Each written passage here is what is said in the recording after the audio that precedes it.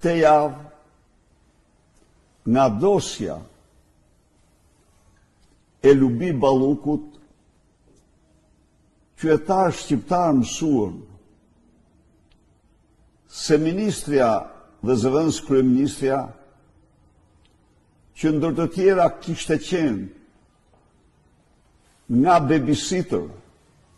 në një punojse në Bashkinë e Tiranës, është pronare e 300 apartamenteve, e 2 jahteve dhe shumave prallore akoma të pa gjetura në kontot e saj. Një ministër shqiptar apo zëvendës kryeministër që siguron 300 apartamente me rishfet dhe korupcion, që blen 2 jahte dhe kush e di se çfarë pasurish të tjera, dëshmon se korupcioni në Shqipëri,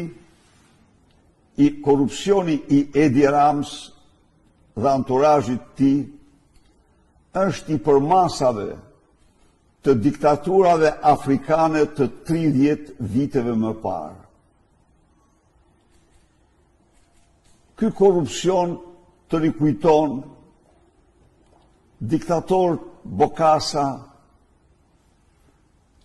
Mobutu, Gheddafi,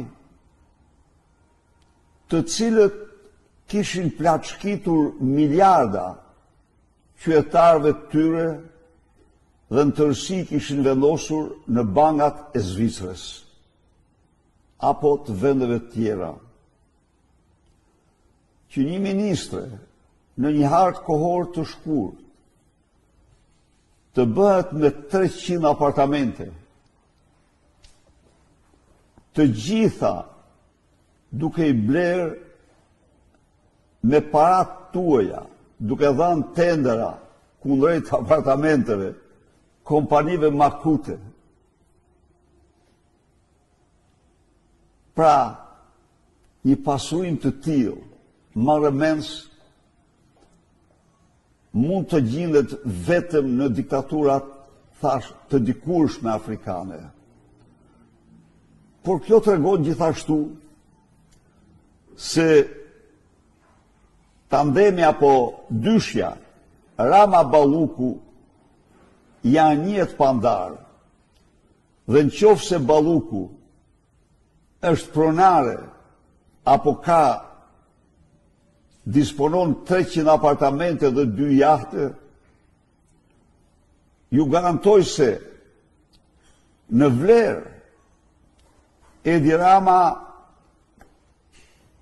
minimumi disponon vlerën e 1.500-2.000 apartamenteve. Disa herë kam deklaruar se Edi Rama është miliardier dhe unë e dija kur bëja të deklaratë se kishin të vështirë tjerë ta besonit.